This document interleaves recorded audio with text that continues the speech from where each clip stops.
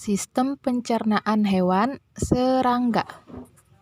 Di dalam serangga, makanan masuk ke dalam rongga mulut, lalu melewati kerongkongan yang berfungsi sebagai penerus dan pendorong makanan, dan pada serangga dengan tipe menusuk dan mengisap, di kerongkongan terdapat pompa faringel yang dipakai untuk mengambil cairan. Kerongkongan akan mendorong makanan ke tembolok, dan di tembolok akan menyimpan makanan sebelum masuk ke empedal. Apabila tembolok tidak terisi makanan, tembolok terisi oleh udara.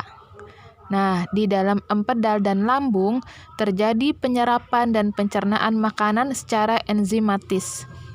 Di dalam usus, sisa makanan yang tidak terserap selanjutnya akan dikeluarkan. Otot-otot pada saluran ini menyebabkan sisa makanan yang bergerak ke belakang dan keluar melalui anus. Dan anus merupakan bagian ujung saluran sebagai tempat keluarnya feses. Sistem pencernaan pada cacing tanah. Cacing tanah merupakan organisme perombak yang mampu mengubah sampah dan butiran tanah menjadikan tanah subur. Organ pencernaan pada cacing tanah terdiri dari mulut, faring, kerongkongan, tembolok, empedal, usus, dan anus. Makanan dan butiran tanah masuk ke mulut menuju faring. Dan makanan dari faring melalui kerongkongan akan dibasahi lendir kemudian masuk ke tembolok sebagai penyimpanan sementara. Nah, dari tembolok makanan masuk ke empedal. Dan di sanalah terjadi pencernaan secara mekanik. Kemudian selanjutnya masuk ke usus untuk diserap sari-sari makanannya dan akhirnya sisa makanan dikeluarkan melalui anus. Saluran pencernaan pada ikan dimulai dari rongga mulut. Pada rongga mulut terdapat gigi-gigi kecil yang berbentuk kerucut pada geraham bawah dan lidah pada dasar mulut yang tidak dapat digerakkan. Lidah ikan banyak menghasilkan lendir, tetapi tidak menghasilkan ludah atau enzim. Dari rongga mulut, makanan lalu masuk ke esofagus melalui faring yang terdapat di daerah sekitar insang. Kemudian makanan didorong masuk ke lambung. Lambung ikan pada umumnya membesar dan tidak memiliki batas yang jelas dengan usus. Dari lambung, makanan masuk ke usus yang berupa pipa panjang berkelok-kelok dan sama besarnya. Lalu usus bermuaranya pada anus. Sistem pencernaan pada katak. Katak ini adalah hewan amfibi, yaitu hewan yang hidup di dua alam, di darat dan juga di air. Sistem pencernaan pada katak diawali dari rongga mulut, dan mulut katak ini ditopang oleh rahang atas dan rahang bawah. Katak juga mempunyai lidah yang sangat panjang dan lengket. Ujung lidah katak dapat menggulung, yang berfungsinya untuk menangkap mangsanya. Katak mempunyai kerongkongan atau juga disebut dengan esofagus, yaitu saluran pendek. Esofagus menghasilkan sekresi alkalis dan membantu makanan masuk ke lambung. Lambung berbentuk kantung yang bila terisi makanan akan melebar. Dinding lambung pada katak meremas-remas makanan sampai hancur dengan bantuan enzim yang dihasilkan oleh lambung. Gerakan ini disebut dengan gerakan peristaltik. Di dekat lambung terdapat pankreas. Pankreas ini berwarna kekuning-kuningan yang dimana menghasilkan enzim untuk pencernaan. Hati berfungsi untuk mengeluarkan empedu dari kantung empedu. Empedu ini berwarna kehijauan, yang berfungsi untuk menetralisir racun-racun yang masuk ke dalam sistem pencernaan katak. Lalu setelah itu dilanjutkan ke usus. Nah, usus ini dibagi menjadi dua. Yang pertama adalah usus halus, di mana di sini terjadi proses penyerapan sari-sari makanan dengan bantuan enzim yang dihasilkan oleh pankreas. Dan yang kedua yaitu usus besar.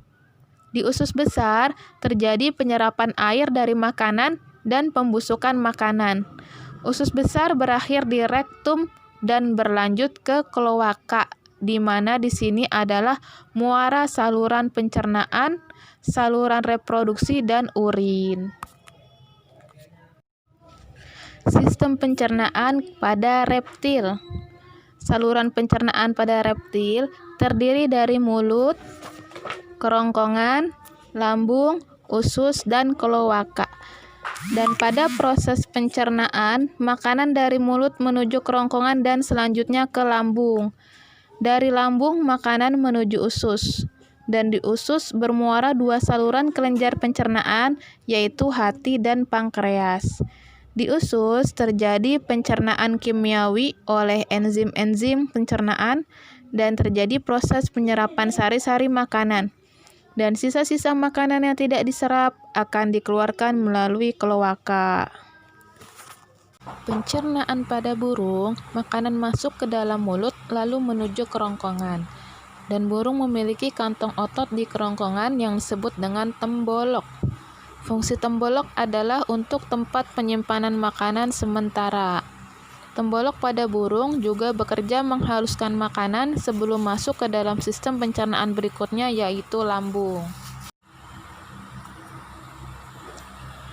Di dalam lambung akan mengalami proses pencernaan secara enzimatis dengan bantuan getah lambung. Lambung akan menghasilkan enzim pepsin, renin, dan asam klorida. Dan fungsi utama lambung ialah untuk menyimpan makanan sekaligus mencerna makanan. Dan ampela atau gizzard. Di dalam ampela terjadi proses pelumatan pakan yang dibantu dengan grit. Grit ini umumnya berupa kerikil atau batu kecil, pecahan kaca, rumukan karang, dan lain-lain. Grit ini membantu gizzard dalam melumatkan pakan menjadi partikel-partikel kecil agar permukaan pakan lebih mudah dicerna dan lebih luas menerima penetrasi enzim-enzim pencernaan. Kemudian usus halus. Dan fungsi utama dari usus adalah melindungi dinding duodenum dari pengaruh suasana asam dari lambung. Dan di dalam usus besar masih terdapat substansi pakan yang belum dicerna dan tidak terabsorpsi oleh usus halus, seperti selulosa dan hemiselulosa.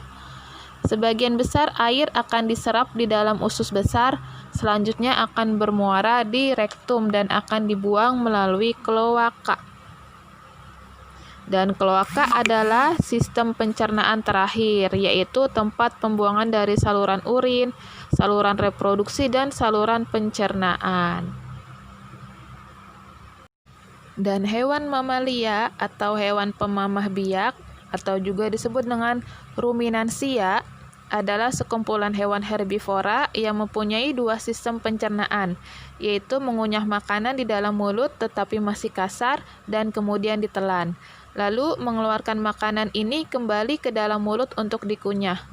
Kemudian barulah proses pencernaan normal terjadi. Dan berikut seperti ini proses pencernaan pada hewan pemamah biak. Sapi disebut juga hewan ruminansia. Kenapa sapi disebut hewan ruminansia? Karena pada sapi itu sistem pencernaannya dua kali. Setelah sapi memakan rumput dan masuk ke sistem pencernaan, maka rumput tersebut kembali lagi di mulut untuk dikunyah kembali. Sapi, lambungnya terbagi menjadi 4 ruang. Di antaranya yaitu rumen, retikulum, omasum, dan abomasum.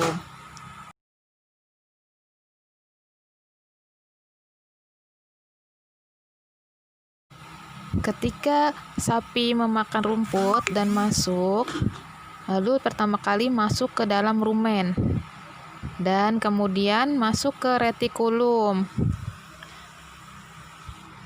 Rumen berfungsi sebagai gudang sementara bagi makanan yang ditelan. Setelah rumen cukup terisi makanan, sapi beristirahat dan di dalam rumen makanan bercampur dengan bakteri yang menghasilkan enzim selulase yang berfungsi untuk menguraikan selulosa. Dan di dalam retikulum, makanan diaduk-aduk kemudian dicampur dengan enzim yang dihasilkan oleh bakteri yang ada. Hingga akhirnya menjadi gumpalan-gumpalan yang masih kasar.